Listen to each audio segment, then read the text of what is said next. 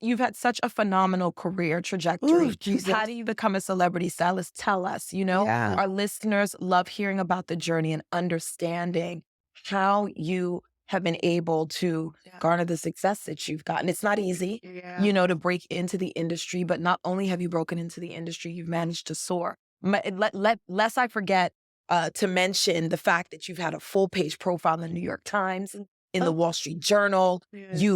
You've produced your own film short with BET. Yeah. You've really transcended, again, Good Morning America. Yeah. How? Yeah.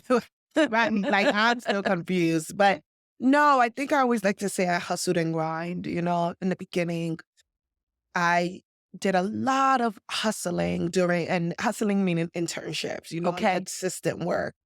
I started my career in New York. I always say that was my first career before I started my second wind in LA, and now I'm going for my third wind. But We'll get into that. right, so I started as an intern, kind of just trying to figure out what part of fashion I wanted to be in, so in that journey, I took on whatever job. I said yes to whatever I could get. And my first opportunity was with a PR company. So I started on PR, trying to figure out, okay, do I like PR? What do they do? How do how can I figure out this world? I went from Trachtenberg and Co. to DVF, which was going from like a PR firm to an in-house PR company. Interesting. Working at DVF, I realized, oh my gosh, I love seeing the stylist pull the clothes. So I realized, oh, okay, so there's someone else in between that's actually pulling the clothes. And that made me, that made me interested in going into magazines. So before I went into magazines, I had an opportunity to intern at Fashion Week when it was in the 10s. So I interned with a woman named Fern Malice, who at the time was the creator of Fashion Week, and I was like her right hand. My job was to secure her seats at the show, to make sure that and it was such a little job, but the all access was enough for me. I was bouncing around every different show and just meeting so many different people, which got me an opportunity to work at W Magazine as an intern. And one of the editors needed to go on like a trip to like Aspen or something. And they were like, okay, we need someone to run the closet for a week. So we're going to leave you. So I took shout out to Gara Muntz. I took his role as like for a week, but I was still an intern. And that really just heightened my love, because I always tell people I was in the room during that time when Camilla Nicholson and Alex White had a desk. Edward Enninful was like an editor, coming down because Stephen Tonchi was, I believe the editor-in-chief at the time for W. So it was such a different world. You had Laurie Goldstein. Yes.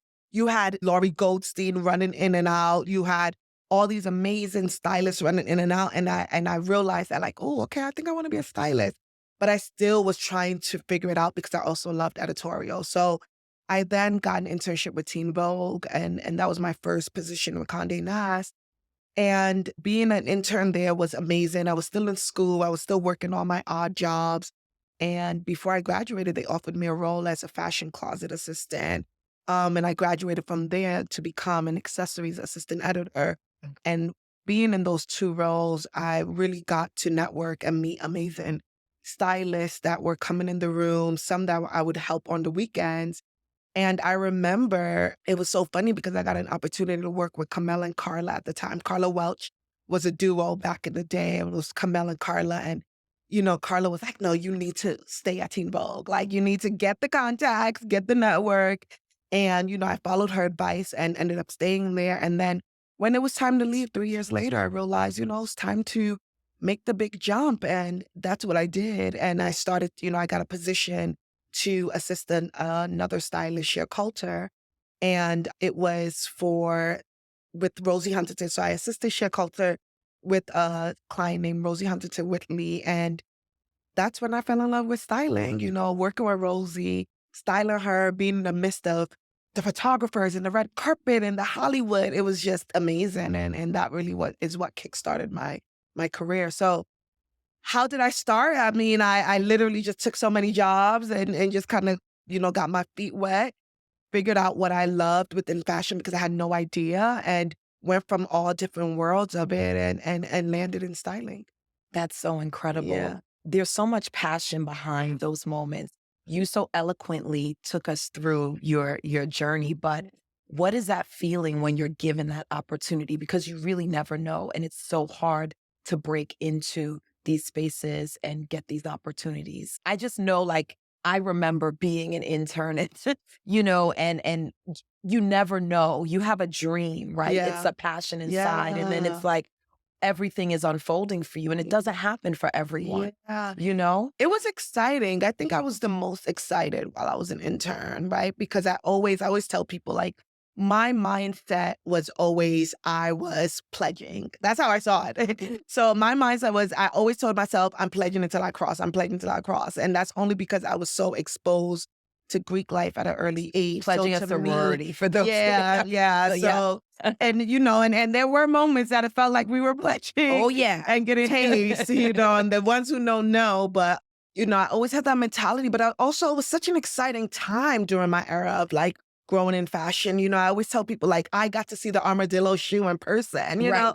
like I got to see a lot of fashion in the forefront, and it's such a bummer that people don't have the opportunity to intern these days because you really get exposure to the things that you see on the magazines or you see on the runway. And I think for me, I always saw it as an exciting thing. And it's because of where I came from, being a girl from the Bronx, I never was really exposed to high fashion in that way. So in these positions, I just saw them as opportunities, and I always hustled and grind to the point where some people were like, okay, are you like, it's funny situations, but I always had situations where people were like, you're taking this a little too serious.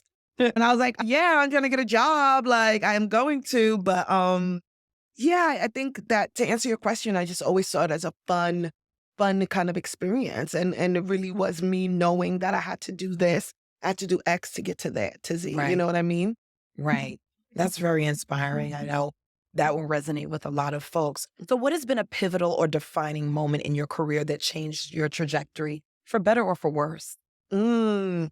I think when I got the opportunity to really dive into the creative direction space, that really was an amazing opportunity. Now I graduated in a way, and not really graduated, but now I'm kind of enhancing and expanding my creative vision as from just a stylist and growing into creative director. So, I just did the creative direction for City Girls for their Coachella performance, and really diving into that space has been a huge pivot for me and a monumental moment for me to just kind of see my visual eye, not from just the standpoint of like putting clothes on clients, Right. but what it looks like in motion, and I think that's been super exciting for me as I grow and expand in my world of what I want to do. Because my mind, sometimes I feel like there's so much that I want to do. There's Yeah. so much that I have creatively that I want to see in the world. So it's been really exciting diving into those space of like creative direction and video content as well.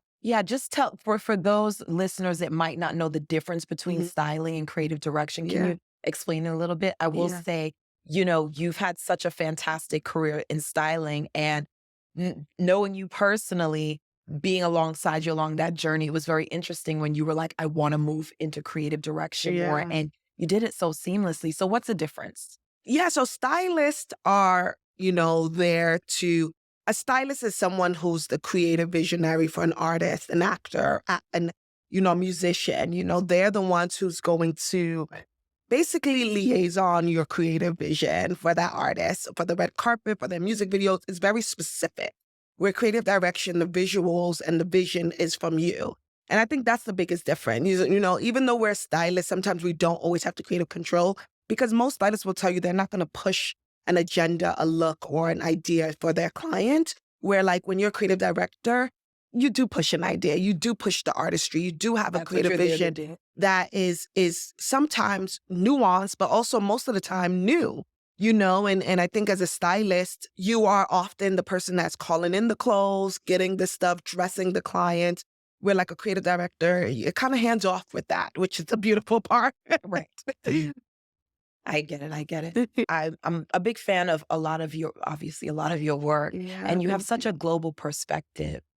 In the last years, I've noticed how much you've infused a lot of your African culture and things that you do on the continent into your work and also special projects that you've done on the continent. Can you talk to me a little bit about that and Yeah. how, how that the passion, obviously your background drives the passion, but you've come up with some really beautiful things. Can we talk about those projects? Yes. So I had the opportunity of going to Nigeria again after a long time, like, maybe from when I was a child. I went back in about 2017.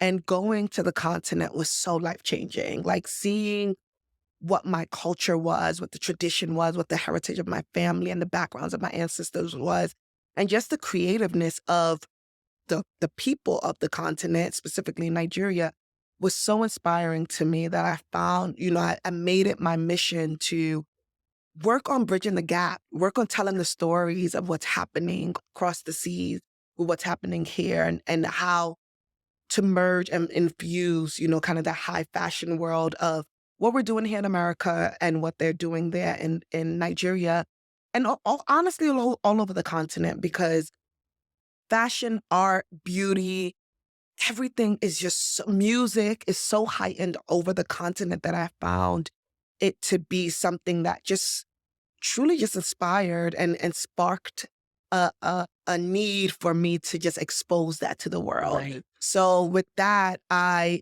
thought, how can I infuse my culture with what I'm doing? And a lot of that was like, okay, well, I have the freedom and opportunity to bring, awareness to certain designers that are, in the continent that maybe people don't know about. I have the opportunity to promote certain artistries that people don't know about, or certain, places in Africa. So going in 2017, I ended up bringing Vogue along the journey with me, and we did like a, behind the scenes, just because I was so inspired by what they already had to offer. It wasn't like going in there and being like, this is what we need to do, or Right. this is the American vibe, you guys should adapt. It was more of like, oh, wait, you guys are super cool. Why don't America needs to see this? Like the world needs to see this. And that really was just, important. And being someone from Nigerian descent, I just really wanted to infuse my culture. Beautiful. It was so beautifully done. Thank you.